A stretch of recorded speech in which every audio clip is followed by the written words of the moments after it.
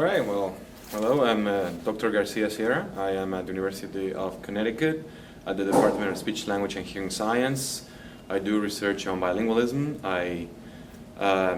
Most of my research is done in bilingual babies, understanding how the brain develops two languages simultaneously, but I also done researching with young adults, college students.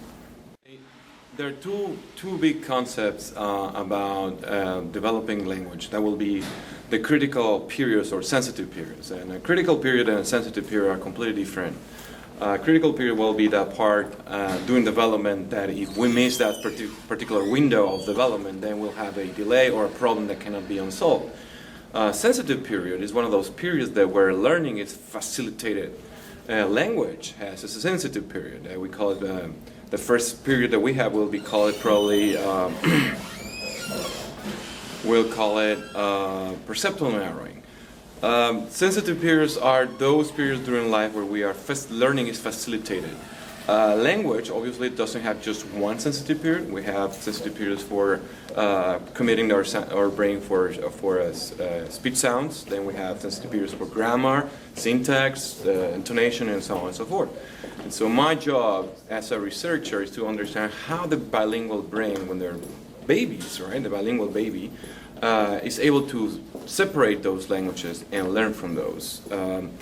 What we have found is that bilingual babies do show a different trajectory. That doesn't mean they're delayed. It's just that they show a different approach to learning those sounds of the native language.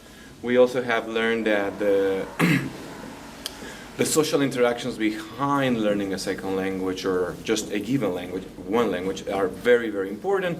We found that brain measurements associated with the ability of the brain to discriminate sounds in English and Spanish, in bilingual babies of course, it's actually regulated by the amount of Spanish and English they're listening to at home, obviously, but not only that, we found that the quality of the input from mom and dad, how good they were at enunciating the words, if there was a one-on-one situation where mom was just talking to the baby and elongated the words, doing infant-directed speech, those little behaviors actually explain it the most, those brain measurements.